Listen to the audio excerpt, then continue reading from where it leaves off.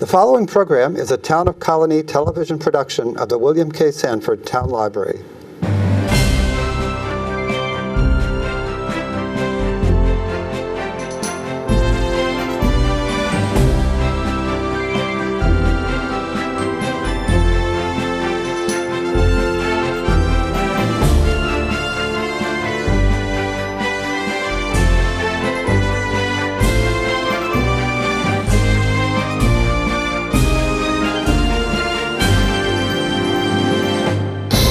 Welcome to Getting to Know You. My name is Joe Nash. Today is November 6th. That means it is time for our annual visit with the Troy Turkey Trot people. We have with us Race Director George Regan and the Deputy Public Information Director of Troy, John Salka. So welcome. Thank you. Or welcome back, George. I don't know how many years we've been doing this. A lot. Almost as many years as you've the Troy Turkey Trot. I would say this is the race origins go back to 1916, which makes it the 12th oldest race in the nation, and this is the 68th running. How many years have you been director, George? I've been director for 5 years now. Okay. And then I've been working on the Turkey Trot in some capacity for 25 years, and I have my personal best time for 10K here at the Troy Turkey Trot. Okay, and then do you remember, I've been running the Turkey Trot since 1975. Do you remember the first year you ran? Yes, I do. It was 79. Oh, okay. That was the first year it was a 10K, I believe. Is that correct? Yes. Okay. 79. All right. So do you remember the Pepsi Challenge? Right around that time, 79, 80. It's foggy, George. Is it? Well, that was the same year they had the Pepsi Challenge. They did it from the YWCA. Oh, okay. That's the year I set my personal best at the. Now, before we started, you were talking about this. It is a road race. It is a championship race for the Adirondack division, which we'll get into. But one thing you said I was struck with, this is a celebration. Could you talk about that a little bit, the day? Yes, it is a celebration. It is more based on fun, family, tradition than it is on competition, for sure. Mm-hmm. It's although I love competition. I mean, I direct the Freihofers Run, and we get the top women from all over the world, and it's just phenomenal watching them. But this is not what this day is about, in my mind. Now, we do have the local area championship. It is the culmination of the Grand Prix, and that probably adds about 50 to 60 good runners, solid 10K runners there. But there's another 2,000 in the 10K that are just out, wanting to burn off a few more calories. And in total, I think last year you had, 7,500 last year, more or less? Yes, okay, correct. And so the other thing I would tell you is that I don't go out and recruit all over the country or the world to get the best athletes here, but yet we had 37 states represented. So these are all people that are coming back to be with their families on Thanksgiving Day that have moved out of Troy and are living somewhere else in the nation. So you and I are both from Troy, George, so we know that it is a big day for seeing old friends and you went to school with, maybe people you worked with. So, and John, when does Troy start planning for this big event? I think it's... Is it all year round? Well, this is one of our signature events. So you talk about Troy Turkey Trot along with Victorian Stroll and a few others. These are events that do require a good deal of planning, but because we're so consistently every year we have this is the 68th running, with George's involvement with the city, a lot of this planning, we're looking at the maps, parking, road closures. I think a lot of that year to year you're able to count on last year. So it's very consistent, I think, every year. It's very smooth, the planning. I don't think we worry too much when we have to come in. Because we've got someone like George who's been working on the race for so many years. We know that each year it's going to be a great event, and things tend to fall into place. I think they've been doing this, the origins go back to 1916, but they've been doing it consistently since 64. So I think there's a lot of stuff is already in place, would you say?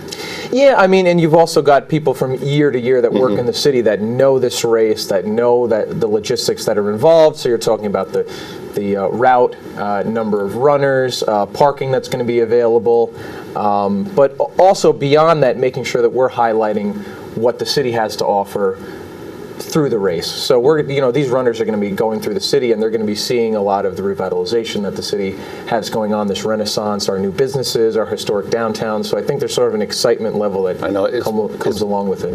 Like George was saying, people come from 37 states. It'd probably be pretty interesting for people that haven't been here in a while to see all, because Troy is making a bit of a comeback, as they say. Absolutely. It really is a renaissance. I mean, just downtown, the number of businesses that have opened up, and beyond downtown now. I mean, with the mayor, I think we go to a ribbon cutting at least 2 a week. It feels like, So the city really is experiencing that, and the race continues to grow. And I think that they kind of go hand in hand each year. You see the city experiencing more success, and the race grows through that as well. And I would say, Definitely a tradition. I would say, George, you've been directing for 5 years. I've noticed on some of the statistics here, it seems like in the last 5, 6, 7 years, more and more, it seems to be a lot more people are running again. I think in the 80s, was that the heyday of the most runners, would you know? Or? Yeah, 70s. With Frank Shorter winning the gold medal in the Olympics in Munich in '72, that really spurred people. Mm-hmm. People got excited about that, especially in this country. So I would say from that point going forward, and then it was kind of a dip probably in the in the mid '80s, mm-hmm. and then all the charities got involved. Okay. So that kind of brought it back up again because people were running for a cause. Breast cancer awareness, lung cancer prevention, you name it. They're all using the sport of the active lifestyle sport as a way to raise money for their not-for-profit. And when people register this year, it's TroyTurkeyTrot.com. It'll be on the screen here.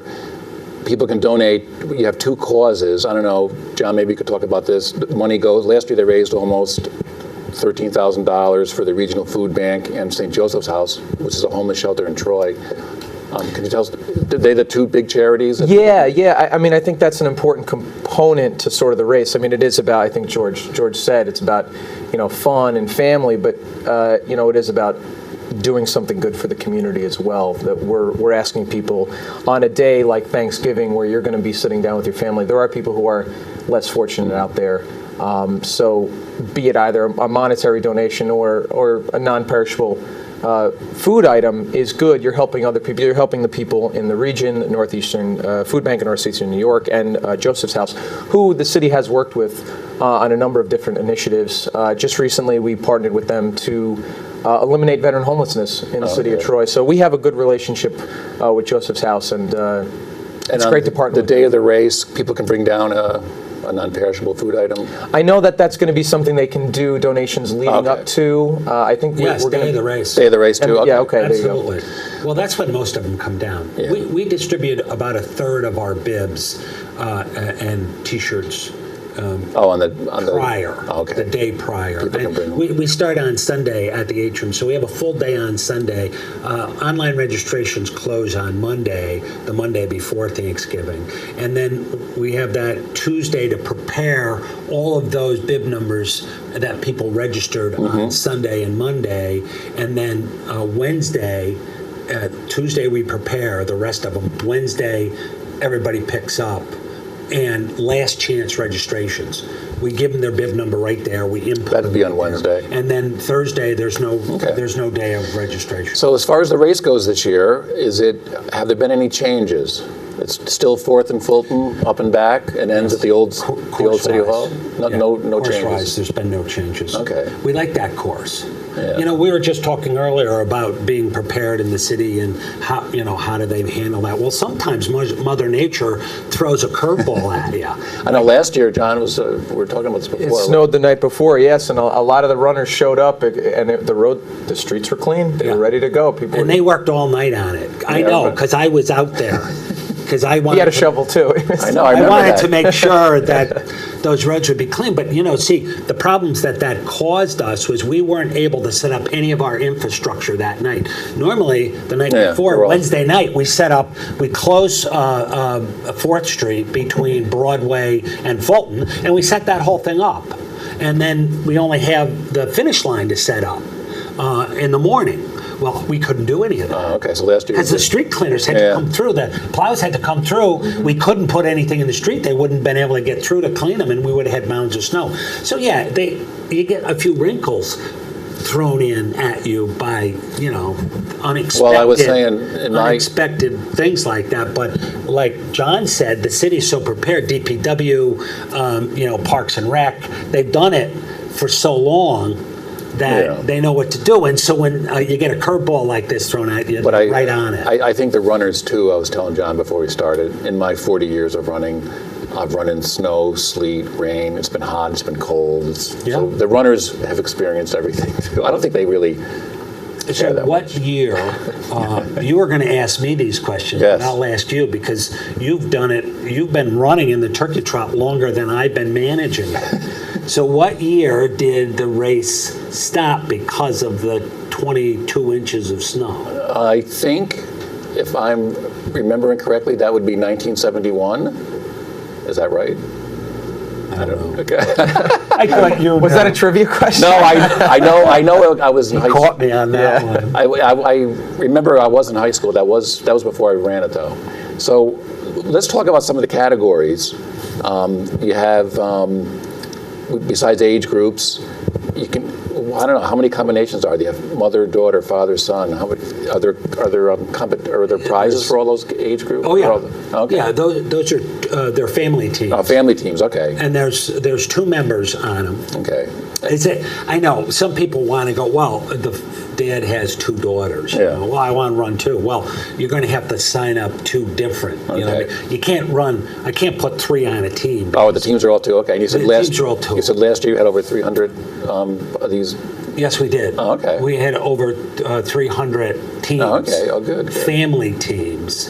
Yes. And there's 240 age groups. And another big thing about the Turkey Trot, speaking of the festive atmosphere, there's a costume contest. A lot of people, it seems like more and more people are running in costumes. It does, doesn't it? I think you're right. I think, and there's prizes for that? There are. Oh, okay. There's 3 prizes in 2 categories. Traditional Thanksgiving costume and non-Thanksgiving. Okay. And their first place is a $100 gift certificate. In each of those categories, $100 gift certificate to shop at Hannaford Supermarket. Now, John, will this be your first Turkey Trot? I know you're new to this would be mine first working for the city. Yes, but I've been to You've been to many, so you've seen. Yes, I know the atmosphere. And I think that's a fun thing. It's a different thing that sets a lot of the races apart. Because even when I think back to when I was a kid, where I grew up in Hudson Valley, downstate. And we had our Turkey Trot in my hometown. It was small, but it did not have that costume element. I think that's more of a recent development. But it's fun. You see people dressing up as Spider-Man. That's right. He's probably the. So I think it kind of lends itself to a sort of a different vibe. Or the Christmas presents. Or the Christmas presents, or Green Man, or something like that. People dress up. I think it's fun. I think the other thing is there's a lot of people that they're dressed up, but it's like a costume. They're together. Right. So there's a lot of those. Well, there was a bobsledder. Yeah, and they had the bobsled around them. So there was the tail gunner and the front one. Now, is there also? Do they still have the area sports mascot race? Do they still do that? We don't do that on the day. Okay. On the day of, because it's just the schedule. Everybody wants to get back home. That's true. I'm telling you. Well, by noon, it's a ghost town down there. Well, one of the things you have done, I think we talked about this in past years. You started the races earlier than way back. I did. For the 10K, we put the 10K at 8 o'clock. Okay. And we give them an hour and a half. So if you can't finish it in an hour and a half, then you should go into the 5K. Okay. So then why? And that allows us then 8 o'clock. By 9:30, we can put off the grade school mile, and we had close to 500 kids in that for something. All right. So why don't the grade school mile? All right. I'll just go over them quickly for people. 8 a.m. will be the 10K, which is also the U.S. Track and Field Adirondack Division, Adirondack Championship, and that is usually the winner of that. Or who were some of the runners in that? Well, they were all the best runners. This is the championship for why? this. You know why they region. come? Well, there is some prize money there, but the big reason is it's the culmination of the Grand Prix. Oh, okay. And right now, that's not settled. That's going to be settled at the Turkey Trot. And they get Grand points Prix. for the. Yes. This is a. There's 10 races, and they get points for all Okay. of them. Right. So we've got 4 or 5 guys that could win the overall Grand Prix series by winning the Turkey Trot. And that's cool. and that's the United States Track and Field sanctions that, or Yes. Oh, okay. Yeah, they're out of Indianapolis. Now I have a question, since you're in the running world and would know this. Even though this is a championship race for the 10K, the record has stood for 35 years for Tom Dalton, 29 minutes 43 seconds. Why do you think it hasn't been broke? Other than the fact that Tom Dalton is also obviously a great runner, but why do you think it's never been broken in 35 years? He's brilliant. He's a brilliant runner. He's talented beyond belief. And actually, I mean, okay. is he still? You're really. Okay, the course was short that year. All right. Oh no! Wait a minute. No. That's not true. No, that's not true. Well, It's flat. It's a flat course. Yeah. And, traditionally, the Turkey Trot went up to 116th Street, or close to it, Yeah. between 115th and 16th Street. Now we go over the Green Island Bridge okay. because the police don't want us to go over 112th. Oh, okay. Because they can't close that east-west corridor. Okay. That's a busy corridor. All right, so there's more turns and stuff. There's a few more turns this year. In years past, it was just out flat and back.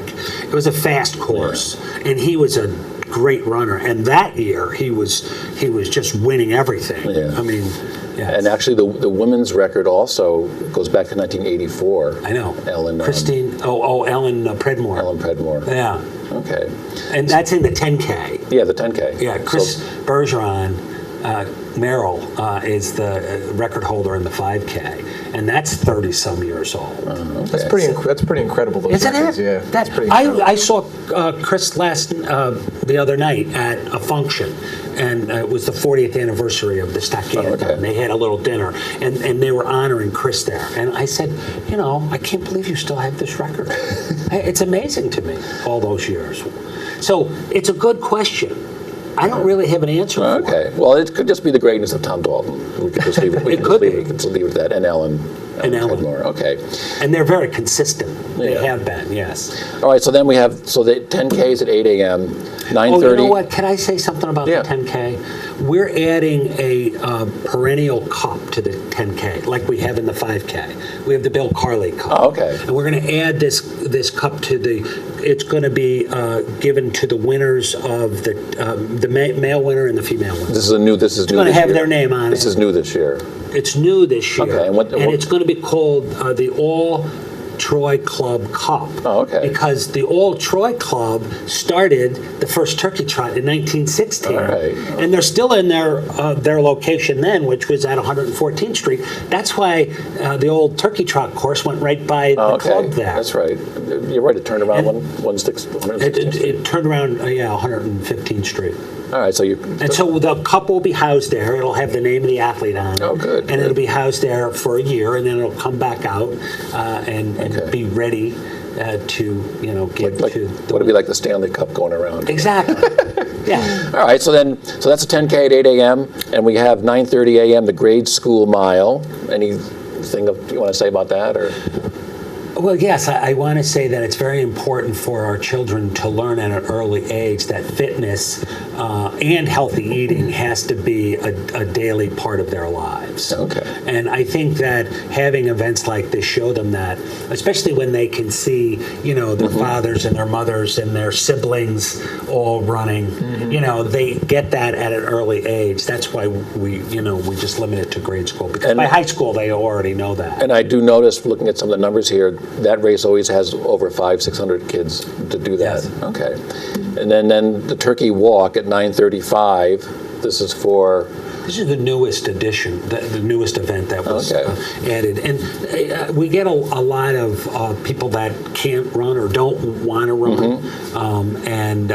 it gives them an opportunity to be out. To be out, sure. To be active with everybody else, but yet they don't have to, And that is a 1 mile train walk. themselves.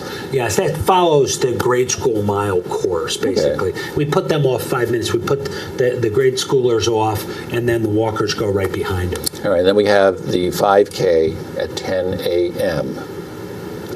Anything about that you'd like to say? Wow, it's amazing. I mean, Well, as people have gotten older, I'm in the 5K now. It is, with the last couple of years, I'm looking at some of the numbers, over 5,000 the last 7-8 years. Yeah. It's still growing. I mean, it's big.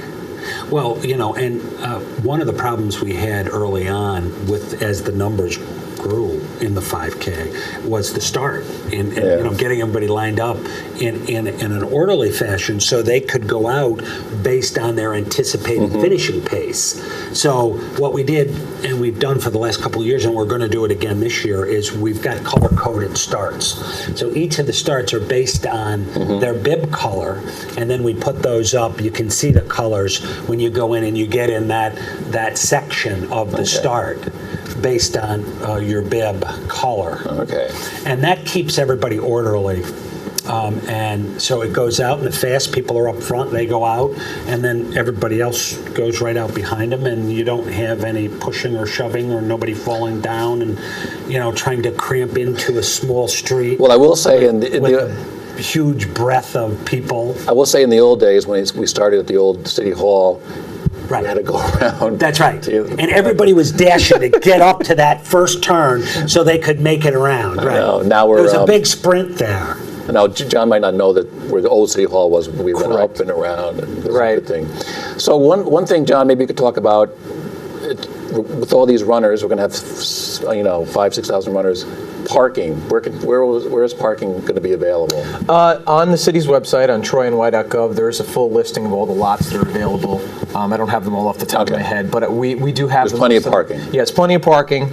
And so if you go on troyny.gov, we do have a section for parking. You can look, I believe it's on the homepage, Okay. On the left-hand column, and you'll be able to find a number of lots that are available, parking garages in the city.